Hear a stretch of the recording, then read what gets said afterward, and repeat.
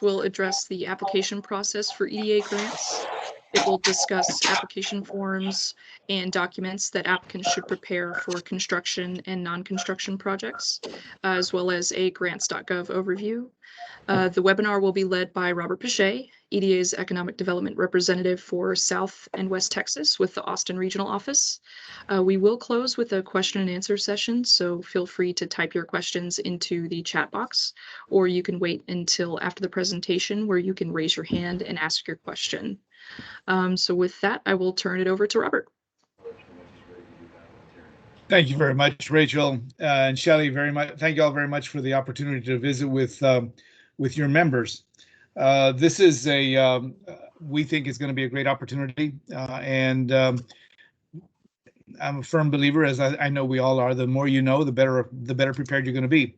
So what I'm going to be doing today, as Rachel indicated, is providing an overview of EDA and what we think is going to be the opportunity under the ARP plan, the American Rescue Plan Act. And then we'll take a few minutes after that, after I walk through that presentation.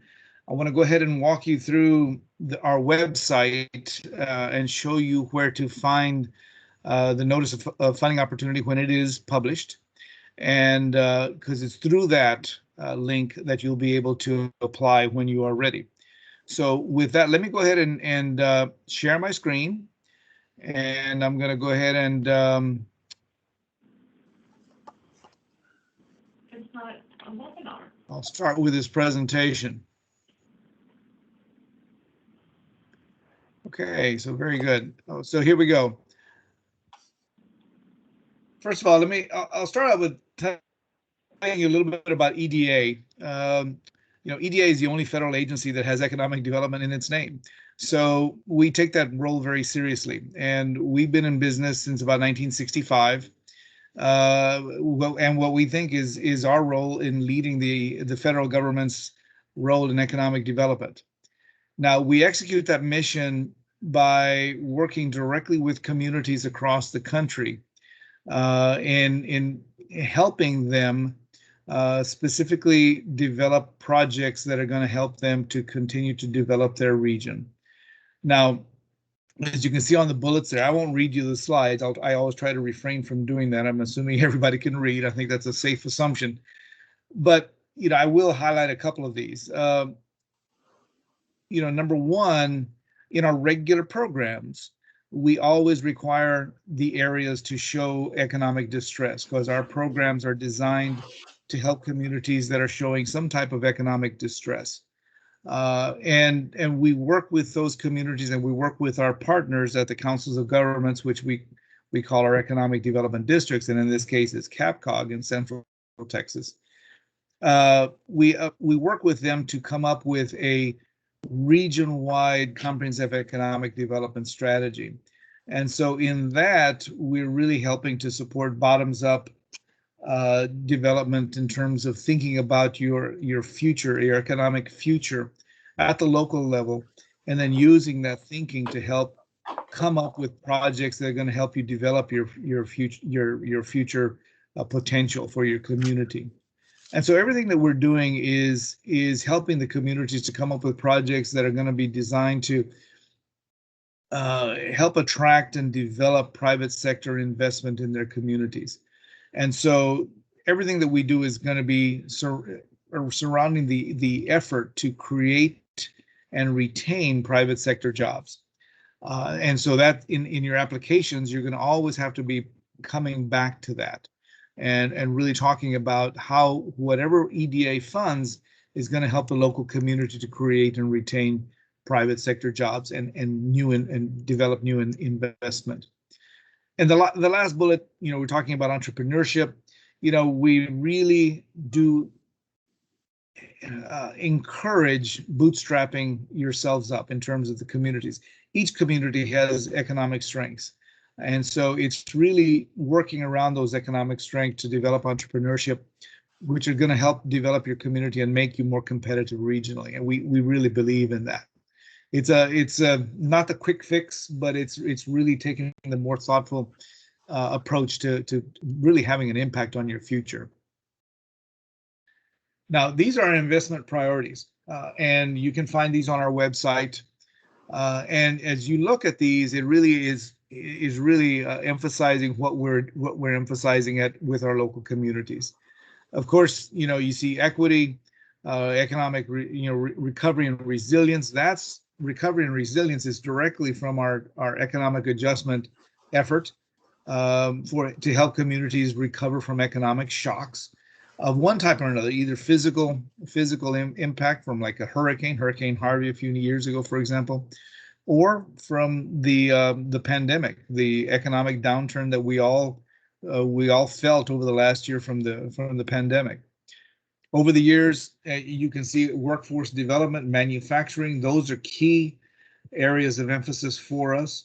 Local communities always are looking for workforce development, and we have helped communities build many technical training centers over the years. Our role is typically that we'll help the community build a technical training center and then use a local community college or university to provide that technical training on a year in and year out basis. But you see also technology-based development, environmentally sustainable. Those are all very important things, because what we want to do is we want to make an investment in a community. And since EDA is a small agency, we're not going to ask you to be dependent upon us year in and year out, because we just simply don't have the budget for it. So what we try to do is we try and make investments in communities which are going to sustain those communities and help develop those communities over time. And obviously, exports and foreign direct investment is always very important to us. This is the listing of eligible grantees, and this can be found in the law. But bottom line is units of local government that are established under state law, and nonprofit organizations, which are typically 501c3s. Not C6s. C6s have a hard time qualifying, qualifying for EDA assistance.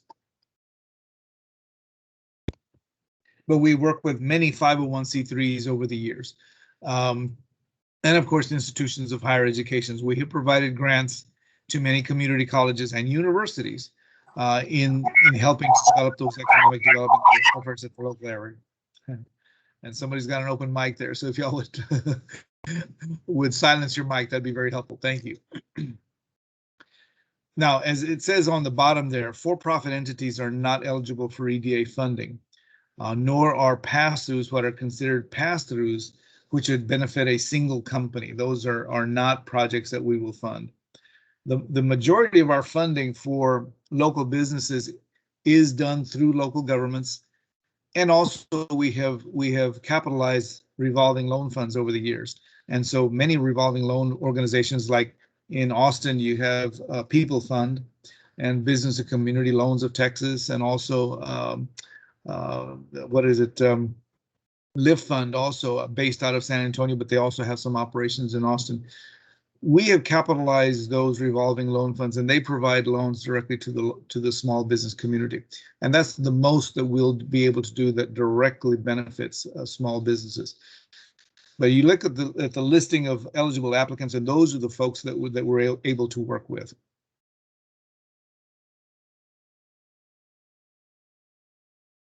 Emphasizing the bottoms-up approach, these are all going to be merit-based grants, and we consider them investments in the local communities.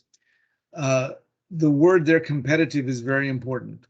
We never have as much funding as we have applications coming in for that funding. So the competitive nature of it is that you're competing with other potential grantees or applicants that are vying for those same dollars. So we really recommend coming up with as strong an application as you can. And that's the role of the EDRs and the folks in my role, is to work with local communities as they develop their application. My job is, quite simply put, is to help the local community put together as competitive an application as possible. Knowing that all the communities are doing the same thing, so it's a very competitive process. Now we always like to think that our investments are going to be long term. And the idea is that we're building infrastructure typically. And what we want is for that infrastructure to be there year in and year out. We always expect those local communities, those local grantees, to own whatever is built with EDA grants for the life of that facility. And for something like an industrial building or other types of infrastructure, that's going to be a 20-year term. And so we're expecting that grantee to retain ownership of that facility for that 20-year period. If not, EDA will require the repayment of that grant. And that's happened in the past where we've helped a community build an industrial building in some year down the line within the 20 years, the local community gets that proverbial offer that they can't refuse, and that's fine. But EDA just requires the repayment of that grant, and that's happened in a couple of cases. It doesn't happen often, but that has happened in a couple of cases. So in any event, you look further down. We always require skin in the game from the grantee. So in our regular programs, it's going to require a local match of 20 to 50%, just depending upon the economic distress. But if it is a special need project, and then that is the case with our economic adjustment dollars typically, because they're going to be helping a community respond to some type of an economic disaster, economic or physical disaster. And that will come with a grant rate of 80%. But still, we're requiring a 20% local match. And we always encourage, again, a link to private sector job creation or retention and increasing private sector investment. And I always counsel the applicants that I work with to make sure that that is included in the narrative portion of the applications. Make sure you let us know. Be very clear about what you expect those outcomes to be from the EDA investment. That's very important. And again, that goes directly back to the competitive nature of the process. Now, the main assistance programs, and I'm only listing two, we have quite a few, but the main ones are public works and economic adjustment. And you see the types of things that we've funded under public works. Economic adjustment is very similar, but we're a little bit more flexible in that we have done incubators and business accelerators. The RLF program is listed there. We have a special program to help coal communities, and we don't have much coal in Texas, but we do have a few communities that have seen the closure of lignite facilities and lignite related facilities, and therefore we would have some potential communities that would be eligible for that. But we also can provide funding for engineering and design only projects. We have done that in the past. But these investments, and again, we always use the term investment, are really designed to be those that have a long-term impact on the community. Since EDA is a relatively small agency, the idea is that we're going to be making an investment in the community, and that investment is going to have impact for years to come. That's very important for us, because unlike CDBG or Department of Labor, we don't have the size of a budget where we're going to be having an investment in communities year in and year out. That's just not EDA. So we really take pride in the fact that investments that EDA makes are going to be having long-term impacts on the communities. And for these real property projects, those are going to be having an impact in what we hope is going to be a 20-year period. Again, just a little bit more detail on economic adjustment. I've already talked about these things. But again, we really take pride in being very flexible with economic adjustment assistance. And over the last few years, we've really been able to see that part of our portfolio really grow in our economic adjustment. And we've funded many projects using this program. For example, I have a listing of some of the supplementals we received. These are all economic adjustment dollars. In 2018, EDA received a disaster supplemental of $600 million. And in the Austin Regional Office, we received an allocation of that 600 million of it, just under $130 million. And that primarily went to the impact area of Hurricane Harvey. I think we all still probably remember Hurricane Harvey, but had a tremendous impact along the Texas coast. Everything really from Rockport, where the first landfall was, all the way up into the Houston-Beaumont area, where Beaumont received, I think, 48 inches of rain over a few days. And so just, from a wind event in Corpus Christi and Rockport to a flooding event in Houston and Beaumont, huge impact. And we invested just under $130 million in that impact area. The following year, we received another $600 million allocation, and out of that allocation, we received $50 million, and that was for FEMA declared disasters that were either flood related or tornado related. And the Austin Regional Office received $50 million, and we invested those in counties that were really pretty much scattered throughout the 5-state region, where there was primarily tornadoes and some flooding events. And so we had a number of counties in central Texas, and really a number of counties also in far south Texas as well, that were eligible for those $50 million. And we invested in quite a few communities. And then last year, of course, everyone remembers the CARES Act of 2020, and we're still living through the impact of COVID-19 and the pandemic, and the economic disaster that has resulted from that. As we all know, we're starting to get active again nationwide. Our economy is on the mend, which is a very good thing. But at the same time, we're still dealing with COVID-19, and hopefully we'll be able to see most of this behind us, and we won't have any additional lockdowns in the future or anything of that nature. But we're still dealing with this, as we all know. But out of the CARES Act last year, which was in March of last year, EDA received an allocation of $1.5 billion. Again, that's nationwide. And out of that, the Austin Regional Office received an allocation of $236 million. And, when we first received that allocation, I was talking to the folks that I was dealing with, and I was telling people that, make sure not to take too long to get your application in, because we probably were going to be through all of those dollars in about a year. And I turned out to be not correct in that assessment. I mean, we were fully obligated in that $236 million within 6 months. And that really is a testimony to the number of applications that we received. In our last investment review committee meeting, dealing with the CARES Act funds, which was last November, we ended up sending out of funds, what we call our out of funds letters, to about 30 applications that were not able to be considered simply because we ran out of funds.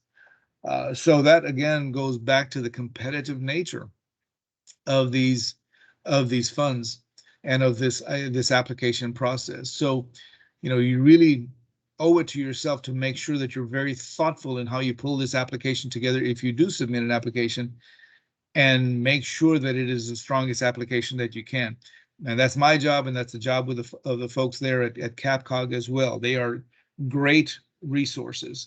As I was introduced to as the EDR for South and West Texas, my territory goes from El Paso to Brownsville, and goes through the Concho Valley area and Central Texas, and all the way over to Victoria on the coast, and all the areas to the south and to the west of that general line. So I deal with a very, very large area. So if it weren't for the allies that we have, in this case CAPCOG, the folks at CAPCOG can really, really help, because they know us and they know EDA very well, and they could be a great advisor to you as you pull your thoughts together about a potential project. But again, that's my job as well. We're happy to work with you throughout your process.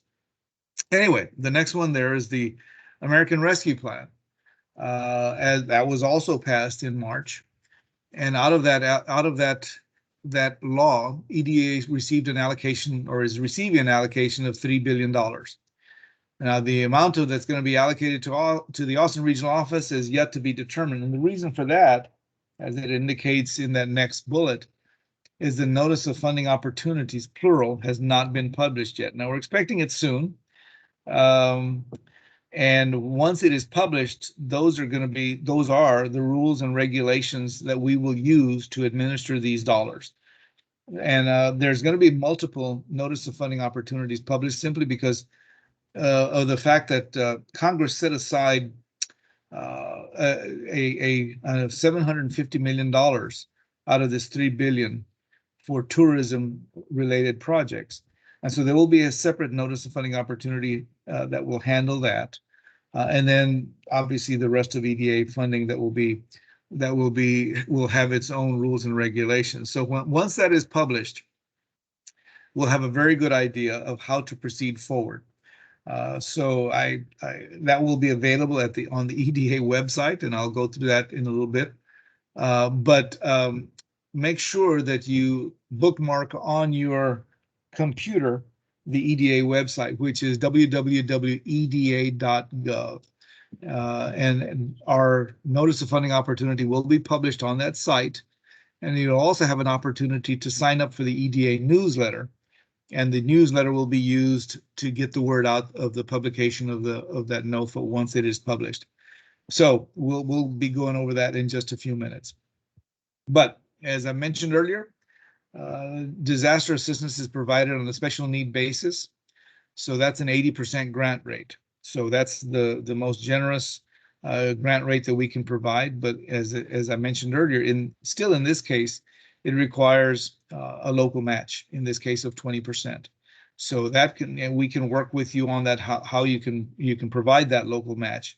But we're usually fairly creative in helping you come up with that, or come up with ideas to meet that requirement. Of course, cash always works, but you can use the value of buildings and the value of community-owned property, things of that nature. We would have to work with you through that effort. But there is a 20% local match that is required. So let's talk a little bit about some of the critical elements. On our normal program, you do have to meet the distress threshold, and that's a separate conversation that I'll be happy to walk y'all through, at a different time. But there's a website that is dedicated to helping you come up with that, and we can work with you and make sure that you're aware of that. But under CARES Act and the American Rescue Plan, the entire country has been impacted by this downturn. So therefore, the entire country is eligible for assistance under the monies that are allocated under these two laws. So that means that everybody qualifies. So again, it's very, very competitive. And again, for us, that $3 billion is a lot of money. EDA's normal annual budget is about $350 million nationwide. So for us, $3 billion is a lot of money, but in this case, everyone in the country, every jurisdiction in the country is eligible. So it's going to be very, very competitive. Now, all applications must align with the Regional Comprehensive Economic Development Strategy, that's a CEDS, and that's maintained by the district, in this case, CAPCOG. And the CEDS have been updated to include all disaster response type projects. And so in all likelihood, something that is responding to this COVID-19 disaster is going to be able to, you're going to be able to find an alignment with the CEDS in all likelihood. But you've got to cite that in your application. You've got to talk about specifically how the project is in alignment with the Comprehensive Economic Development Strategy for the region. So, keep that in mind as you're pulling together your narratives. Now, as I've mentioned earlier, any improvements that are financed by EDA funding has to remain in public ownership for the purpose outlined in the grant for the life of whatever is financed. And real property is typically 20 years. And we'll put on what we call the Eda Mortgage on it. And what that is, that's simply that promise that the community is saying that they're going to own it for 20 years, and it will be used for the purposes outlined in the grant for that period of time. And usually our grantees don't have any problem adhering to that. And after 20 years, the ownership reverts to the the EDA mortgage is removed, and so therefore it doesn't have that encumbrance on the property. And of course, in your application, you always have to come back to addressing how there's going to be jobs created or jobs retained, and you're going to be encouraging private sector investment, and also how it's responsive to the EDA investment priorities. Those are all very important, but you need to weave that through your application documents. Now, some of the critical elements for your application. Again, there's the EDA website, www.eda.gov. And at that website, and you'll see that in a few minutes when we go through it, there's a place where you can find our notice of funding opportunities. And when you click on that separate button, I'll just call it a button, it's a colored field on the website, on the web page. It'll take you to our listing of the notice of funding opportunities that we have currently active. And usually the last one that was published is going to be the first one that you'll see. So you'll click on an embedded link, and again, I'll walk you through those steps in a few minutes. But you'll be able to find that NOFO directly on through our website and go to the place where you can actually end up applying directly through our website. So what are you going to need? Okay, you got to have your DUNS number and your EIN number, employee identification number. And you have to have a current SAM, system for award management registration. So if you don't have that now, you need to make sure that you have that SAM registration in place, and that usually takes a couple of months. So if you don't have that now, you really need to get on that now to be able to have that in place by the time you need to apply for funding. And nonprofit applicants also need to have current bylaws and articles of incorporation, because we're going to need that for any 501c3 applicant. So again, you got to have that before the application process before you go through that application process. So keep that in mind, please. Now, the application package includes the standard form 424 series and the ED Economic Development 900 series. So that's a series of forms that, again, I'll show you once we go through the website. And up to 6 of those forms require signatures. Now, the good thing is that these are electronic applications. So you're going to be going directly through grants.gov to submit these applications. And because of your SAM registration, when you submit through grants.gov, the system will consider your application signed on these 6 different forms. And at the bottom of the submission, it'll literally say, signed by through submission through grants.gov. So that's a very, very handy feature and a handy benefit of submitting through grants.gov. In the old days, as of really about 3 or 4 years ago, we would still take paper applications, but we don't anymore. Everything has to come in through grants.gov and all electronic. Now, in the 900 series that I've just mentioned, that's where you're going to have your project narratives, and there's 4 or 5 specific questions where you'll have a field that you'll be able to submit your, and what I encourage is just cut and paste your narrative response to those questions. Now, and in the 424 series, I skipped that. Those are the budget forms, and that's where your budget narrative and the staffing plan is in there as well. So you got to make sure that you cover all of those 424 series and the series 900 applications, and that'll be the bulk of your application right there. Now, there's also 2 forms that'll cover any lobbying activities that you have to submit. And then the construction projects will require a preliminary engineering report and environmental narrative, which is an ED, both have an EDA template. And the folks at CAPCOG have those templates. And so I'll make sure that they have the latest ones. But your construction project have to have those submitted. And actually, the preliminary engineering report really needs to be done for you to come up with your budget numbers. Your overall budget numbers, as well as your very traditional budget breakouts in the construction, are all determined from your preliminary engineering report.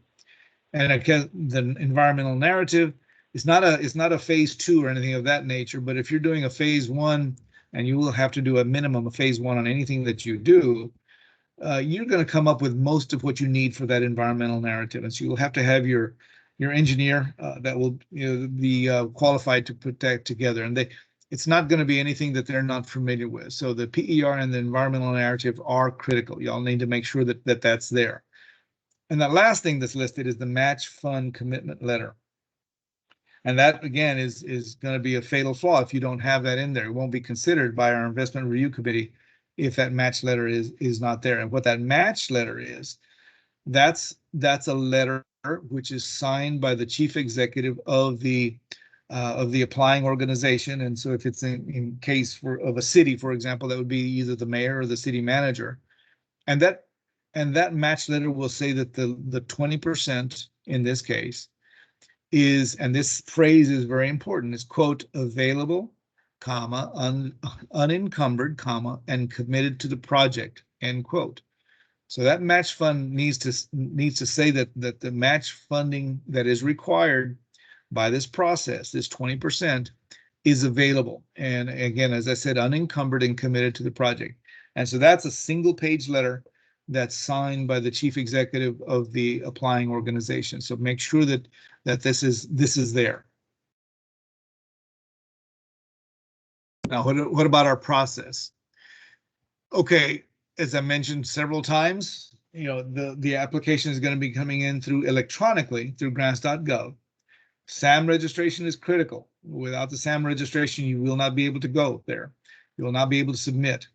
So once the NOFO is published, we always will. EDA has basically a rolling application period. It's what we call a rolling application period. Other agencies, other federal agencies, will often have quarterly deadlines, or because they'll take applications on a quarterly basis. We don't do that. We take applications at any time, and then we will have our investment review committee meeting, consider all of the complete applications that were submitted between the date of that committee and the date of the previous committee meeting.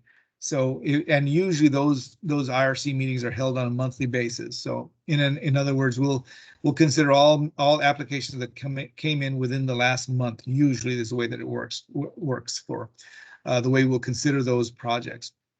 And again, we will be having those meetings monthly until all funding is obligated.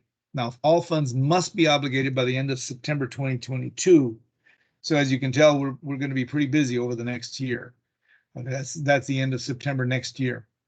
Now, the decisions are made by the IRC, as it says, which we anticipate usually meets monthly. Sometimes they'll go to 6 weeks, but usually they'll meet monthly. And they will only consider applications that are complete. And that means that they will have all of those documents that I walked y'all through just a few moments ago, including the match letter. And if they don't have that, and for nonprofits, of course, the bylaws and the articles of incorporation. And if they don't have that, they will not be considered, and they'll have to go to the next month's meeting, and we'll try and get back to the applicant to make sure that they're aware of the fact that they're not going to be considered until the application is considered complete. So it's very critical to make sure that you have all the required forms, and again, I'll go through that in just a moment with you, and that including the match letter is included in your application. That is what defines a complete application. So at minimum, all the required forms and the optional forms are recommended as well. And again, as just a final reminder there at the bottom, that we always have more applications that we have money to award. So you must make sure that you have your complete application and you make your most compelling case. We're going to be making those investment decisions based upon those projects which have the greatest amount of impact. And that what we consider the greatest amount of impact is going to be relative. For example, if you have a community of 1,000, a project that is going to be creating 25 to 50 jobs in a community of that size is huge. Whereas if that same project we're going to be proposed for the city of Houston, for example, the relative impact is going to be much greater in those smaller communities. So we're going to be making sure that we take the size of the community, size of the applicant into consideration. So everything is relative. And so we will take that into consideration, but make your most compelling case for the amount of economic impact that it's going to have in your community. I cannot stress that enough. Now, everybody knows Texas and the 4 surrounding states, but whatever allocation that we end up having to administer out of the Austin Regional Office, it's going to be administered in this 5-state region. And every jurisdiction within this 5-state region is going to be eligible to apply. And that, again, just speaks to the competitive nature of this whole process. Now, finally, that's my contact information. I'm the EDR for South and West Texas, and I covered the area that I've mentioned to you earlier. And that's my email, and that's my phone number. I'm not based in the regional office, so that's my one number. It's my mobile number, and it's my office number. That's the one work number that I've got. So I'm always able to be reached at that email and that phone number. So I look forward to the opportunity to work with you. And as I say, we work very closely. I work very closely with the folks there at CAPCOG. So they are please consider them, and I'll speak for them, please consider them your resource, because they can really help you a lot. So between us, I know that we'll be able to answer many questions that you've got, and hopefully get you to a position where you're going to be able to compete. So with that, I guess based upon what Rachel said, let me go to our next my next part of the presentation, where I'm going to take you to the website, the EDA website, and walk you through very quickly the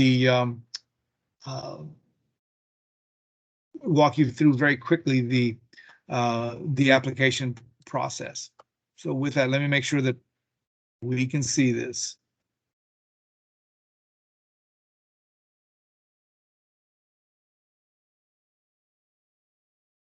Okay.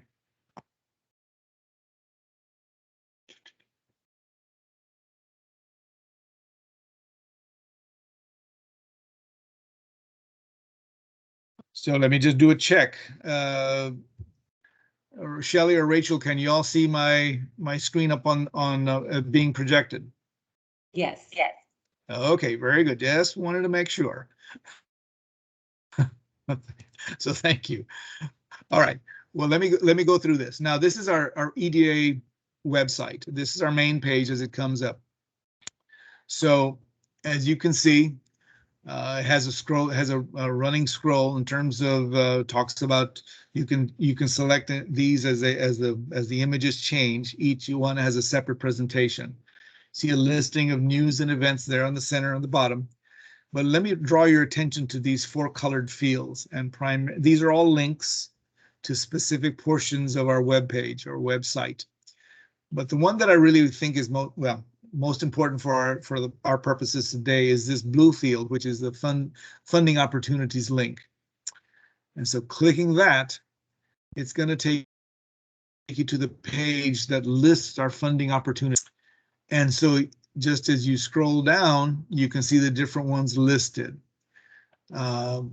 2020 Public Works and Economic Adjustment Program, the Build to Scale, which is administered out of our OIE, Office of Innovation and Entrepreneurship, out of headquarters, the University Center program. These are all different programs that we administer using the rules and regulations that are laid out in these different funding opportunities. So there you see the CARES Act. Let me go back up to the top, and we'll use our Public Works, 2020 Public Works and Economic Adjustment. This gives you a little bit of an overview of what these programs are. But you see this blue link that's embedded. And what that's going to do is that's going to take you to grants.gov. And you're going to get this warning that you're going to be leaving the EDA website and going directly to grants.gov that is dedicated to these programs. And this is the grants.gov page that is opening. And this is the opening page. So this is the 2020 Public Works and Economic Adjustment Assistance Programs, including CARES Act funding.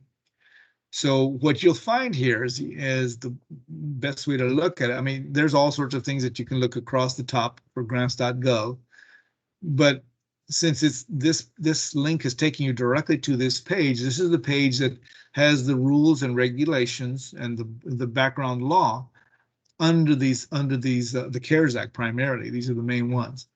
So you'll see the synopsis of the program and this first button, if you will. And it gives you the category explanation, and it'll tell you all about the act. It'll tell you the CFDA numbers, and if there's a matching requirement down here, it says yes. It has a posting date of this, and it has the award ceiling and the award floor. Now, the award floor is very important. The award ceiling is important as well. Now, you probably recall that I mentioned that under CARES Act, we had $236 million allocated to the Austin region. Well, if we gave $30 million grants, we'd be through those funds really, really quickly. So in practice, in the Austin Regional Office, we will not, and we did not award any $30 million grants. The largest grant that we administered, we awarded under CARES Act was $5 million. So please keep that in mind. So this next button is a version history. So you're going to have the different versions of the act that was put together, and so you can refer to that, and you can download a copy of each one. Related documents has the NOFO in both zip format and PDF format. So you can download the complete NOFO and download it to your computer if you wish, and review and read that notice of funding opportunity on your computer. But for the purposes of today's presentation, the most important one besides synopsis is package. So you go to package. So just to reiterate, you're going to go to the EDA website, the notice of funding opportunities, and in the NOFOs, you're going to select the appropriate one, and it's going to bring you to this page. And then when you're ready to start looking at the application packages, these are the 4 packages, types of applications that we'll consider. This first one is construction full application. The second one is both construction and non-construction full application. The third one is design and engineering only. And the fourth one is non-construction. The ones that we see most are either construction or the non-construction full applications. We have done some construction and non-construction. We have done some engineering and design, but not very many. The main ones that we're going to be doing are the construction and the non-construction straight. So if you go to the far right-hand column, you see preview and apply buttons. So what I always recommend is click on preview, and it's going to open this window which has the listing of the mandatory and the optional forms. And now what I always recommend is that you go through and download each of these forms to your computer, and then that way you can offline develop your responses to all of these required forms. And that way, when you can develop those responses, then you can come back to the grants.gov page and upload those completed forms through grants.gov directly. And that, I think, makes your life a lot simpler. So again, download all of these mandatory forms. And again, these are going to be critical forms. If you do not include these forms, that will be considered an incomplete application. You will not be considered until you get all of these forms in.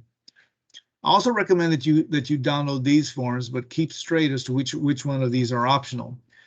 This attachments form is literally an attachment where you can attach memorandum of understanding. You can attach, support letters from your local elected officials. You can attach a lot of things to that attachments page. So make sure that you download that. Disclosure of the lobbying activities, LLL, that's in a second form. The CD 511, that's for lobbying, that's required. This is disclosure of LLL. This is disclosure of lobbying activities. That's also optional that you can add to it.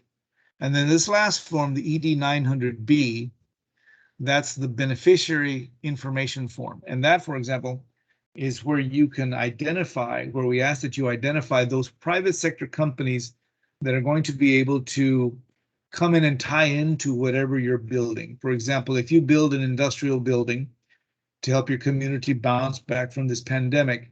An XYZ manufacturing company is going to come in and lease that building from the local government.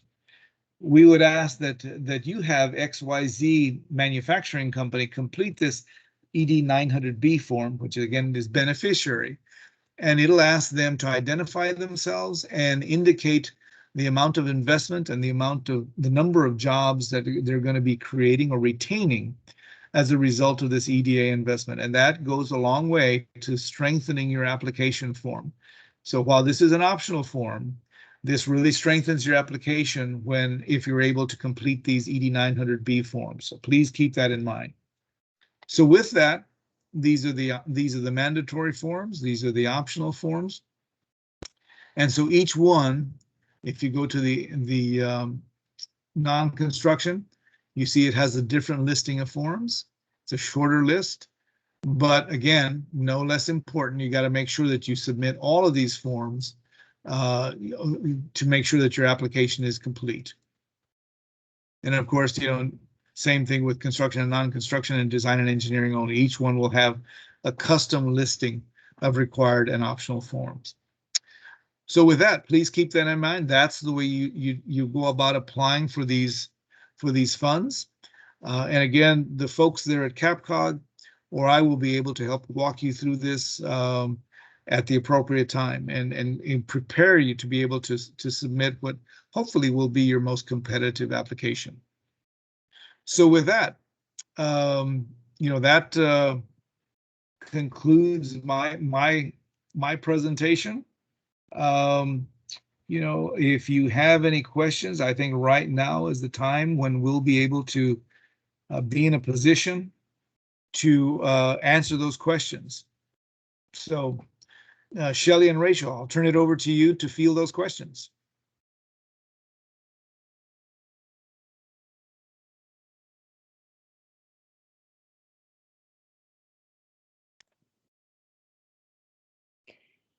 Yes, if you want to go ahead and raise your hand, we'll take your questions. April Daniels. April.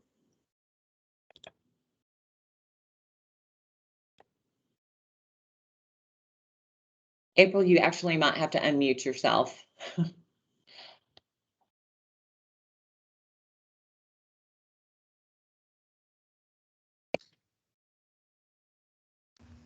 Okay, can you hear me?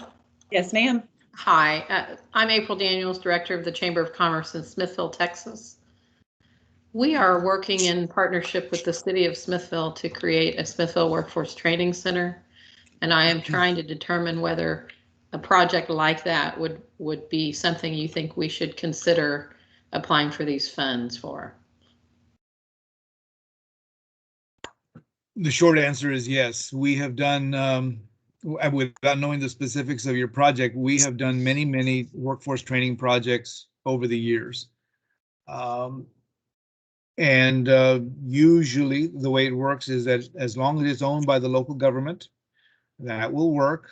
We always want to find out as part of your application what type of agreement you're going to be entering into with a community college or university to provide that training, so we can see that there's an agreement in place to actually provide that training, start providing that training as soon as that center is complete. So we've done many training centers over the years, and again, I don't have the NOFO hasn't been published. I don't have specifics to give you, but I understand that the Secretary of Commerce is very interested in workforce, and so workforce projects, we always emphasize those, we always support those, and that will be no different. Excellent, thank you, I appreciate it. Certainly.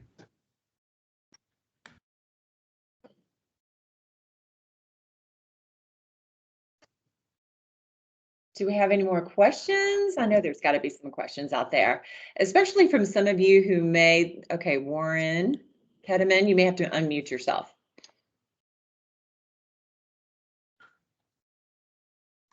Can you hear me now? Yes, sir. Hey, good morning. Thank you for hosting this webinar. Mm-hmm. Robert, I have a question. It's my understanding on EDA that the project must be owned by the municipality. So my question along that line is, we're looking at an area of our city where we need to extend water and wastewater for industrial development. We have undeveloped land in that area, but man, we need the infrastructure to help open that up. Of course, that land is in the hands of private landowners at the current time, and they have it marketed, and they have some other individuals or development firms who are interested in that land, but not the city. We have no interest in buying that land and developing our own industrial park. So how could we make that work with EDA if that undeveloped land, which can become an industrial area, how can we do that and get the infrastructure and team up with a private investment to make that happen? Does that make sense? Yeah, actually, Warren, thank you for your question. That comes up quite often. And the way that we make it work is that the city would own land along the highway getting to this private property. In other words, and in the right of way, the city would build the water sewer lines along the highway, along in the right of way, and it will own that in perpetuity. So that in that case, the 20 years is a non-issue because the city's going to own it and maintain it in perpetuity. Now the issue that arises is on-site infrastructure improvements, and that's usually we'll usually consider that a developer cost. So in other words, if this along Highway 350 or whatever is going to be owned by the city, and that's a city-owned road, or TxDOT-owned road, and the city's going to own it and operate it, great. But once it gets onto the private property and it's a 500-acre tract or whatever, everything on that tract should be considered a developer cost. And so, our attorneys are, we're usually fairly sensitive to that. And so as long as it's on the highway getting to that property and it's going to be owned in perpetuity by the city, that's fine. But developing and opening up a 500-acre tract or 100-acre tract or whatever, that's usually going to be seen as a developer cost. And so, we're usually fairly sensitive to that, and so you'll have to make sure that it is structured that way. Well, it would be to open up this property, because right now this property is basically landlocked. We need a new road to open it up, as well as the water and sewer to get to that acreage. But like you said, the water, the sewer, the roadway, that would all be public infrastructure owned by the municipality, but it would eventually serve this private land, if you want to call it that. They would have to extend the internal infrastructure to serve the property, but we would run water and sewer along the right of way of the new roadway. I understand, and this is a kind of a fine line that we come up we see quite often. But usually we'll have to have our attorneys weigh in on that, because if it's a developer cost, if a developer has this 100-acre tract or whatever, usually they're going to have as developer the cost to develop that is going to be to develop their infrastructure on site. So it's on site versus off site, and so we will help the community build that off site infrastructure, and to therefore come up to the interface with the developers on site. Now, I understand usually the way it works, and I've been around a long time, so I know how it works. Developers will build this, and then they'll eventually turn it over to the local community for long-term maintenance, and that we understand that that's the way it usually works. But in essence, what we want to make sure is that the EDA dollars aren't used to absorb what typically would be a developer on-site cost. Gotcha. So, Robert, to that end, how could I get a preliminary ruling, so to speak, from EDA on that? What's the best way to proceed on that, and give EDA some idea of what we're trying to do, and maybe look at a map and explain the project and get a better feel for that, instead of going down the road of trying to apply and go through all that and say, hey, it's not going to work. I'd rather know ahead of time if that's possible. Sure. Well, what I'd recommend is just come up with a kind of the outline of the project. You know, who owns the project? I should say, who owns the properties? You know, who Okay. owns what prop, and then what the route that would be required to bring this water and sewer out to this site.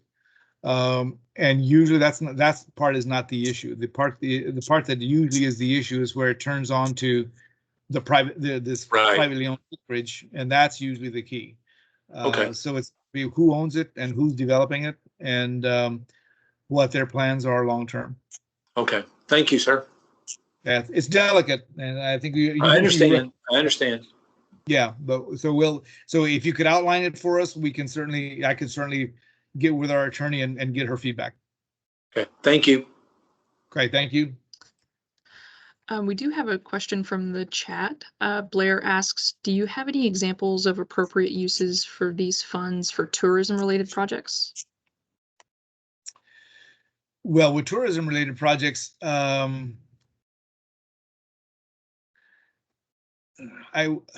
will tell you that what EDA has always done and usually does is some type of infrastructure. But again, the NOFO has not been published yet, so it's hard for me to say. So, you know, I know what usually comes to mind for most folks is going to be, you know, ad placement and ad development and that sort of thing.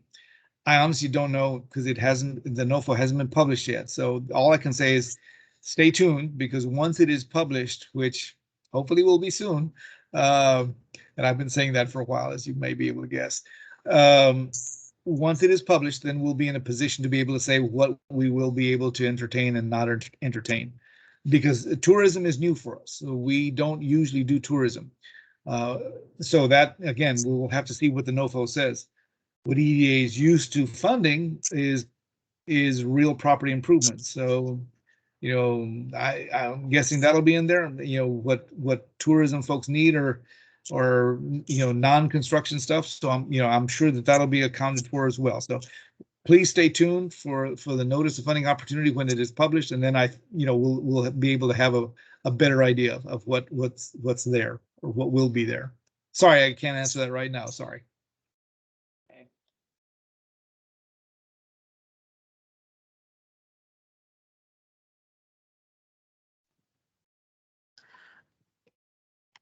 Christine, I see that you have a question.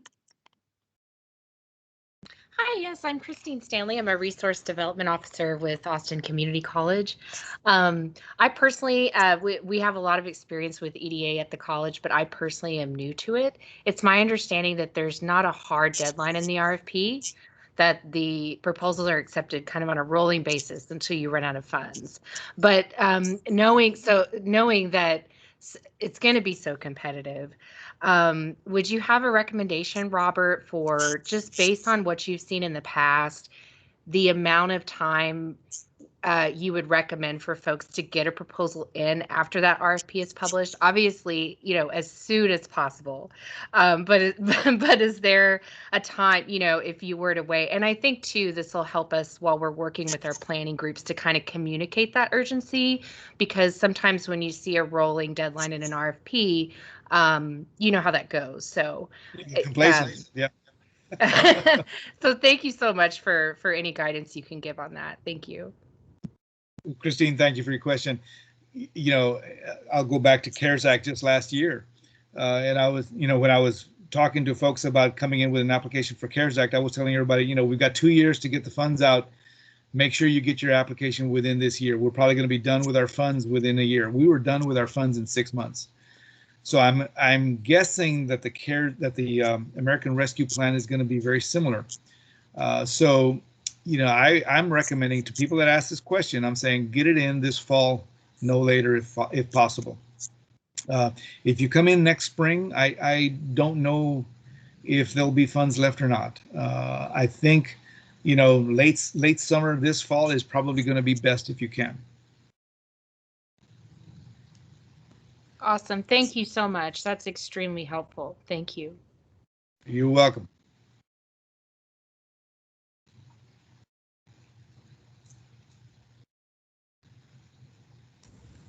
And Susan, would you like to ask a question?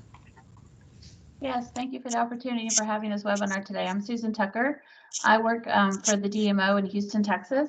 And I had a question related to how do we determine the right ask amount? Because I know that, there are the floor and the ceiling amounts, but there's such great need out there. And also, is there a way to, during the decision process with the investment committee, will they go back and forth? Like, let's say if we ask for 3 million, but maybe they'll think, okay, 1 million would be the right amount. Is it a hard no, or is there some wiggle room regarding the approved amount for the request under the EDA grant program for the ARPA? Susan, thank you for the question. Just an FYI, there's also, I have a colleague, Jason Wilson, who covers the Houston area. I used to cover Houston, and we shifted around a little bit. So in any event, send me an email and I'll give you Jason's contact info. But to answer your question, under our normal program, our normal public works program, public works and economic adjustment programs, non-CARES, non-rescue plan, our normal average budget is average grant is 1.2 to 1.5 million. And under CARES Act, we were shooting for an average grant size of about 2.5. And so under CARES Act, we did 5 million, was the largest grant that we did.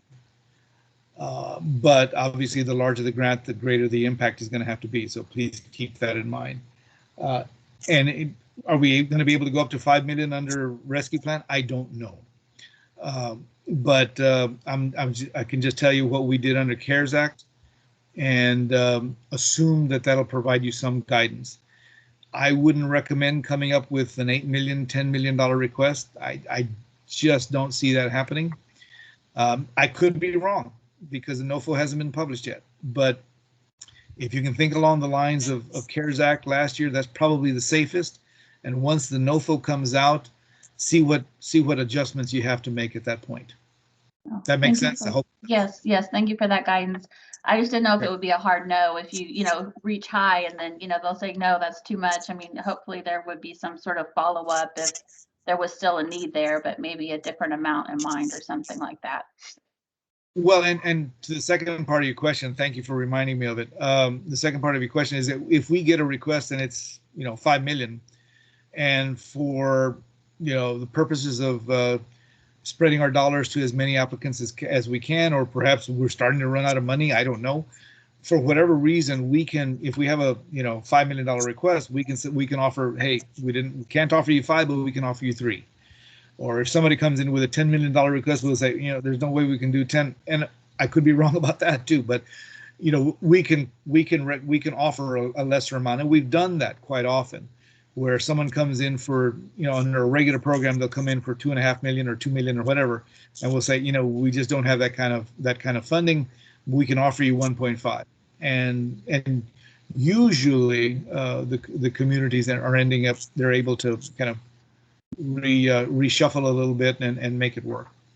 Oh, thank you so much. And I have had the pleasure to work with Jason Wilson before, so I'm looking forward to doing it again. And Great. And then one more thing before I end my conversation is that I did research on the EDA clips from other regional office areas, and there have been awards under the CARES Act to tourism-related organizations, and a couple of them did include in-state marketing dollars. So I'm curious to see what this new, notice of opportunity will look like under the American Rescue Plan Act, because I know that's not the traditional EDA grant, but at the same time, there has been some other awards under the CARES funding in other regions of the EDA offices. So I just wanted to mention that for the other people in the tourism area. And you're absolutely right. In fact, I think we considered, and I'm not sure which one you're referring to, Susan, but I think we considered a couple of statewide applications for Yes. tourism dollars, and I think that's what worked, because otherwise, and again, we're not the largest federal agency with the largest budget by any stretch of the imagination, and so we have to stretch our dollars as much as we can. So getting into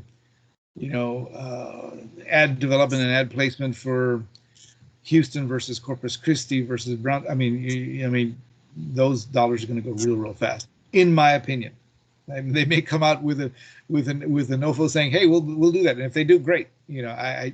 We'll have to see what happens when the NOFO comes out, because we are going to be addressing it. That's what Congress set it aside, and we will carry out the wishes of Congress. So we'll see what we come up with the NOFO. But there'll be opportunities that we're able to do before. Thank you for the information. Great. Well, thank you to everyone for all their questions. If you didn't get yours answered, please, you see our contact information on the screen. Rachel Ellis and I would love to follow up and try to get you that information. But many thanks to Robert for presenting all that information. I know it can be overwhelming for those of you who have never done an EDA grant before, but please don't get discouraged. We will help you through this. And if you're not in our Council of Government area, we can point you to your other, where you're located in their Council of Government. So we are here to help. And just to let you know, our second webinar is next Thursday, July 15th, and the Director of Giddings EDC, Tanya Britton, will be presenting some real-world practical tips and best practices for submitting a successful EDA grant. So we hope you'll join us then, because Giddings actually received a $1.8 million grant for a broadband, water, and road improvement as part of the CARES funding opportunities. So that will take place next Thursday at 11 a.m. And then mark your calendar for Thursday for the final and third webinar on July 22nd. Fingers crossed, the NOFO will be out for the tourism-related funding as well as the regular economic recovery funding. And so Robert will be speaking again on that, and we'll walk you through the grant guidelines. So mark those 2 dates on your calendar. But in the meantime, if there's any questions that we can help you with, please give Rachel Ellis and me a call. And we hope to see you next Thursday morning at 11 a.m. Thanks for coming. Bye.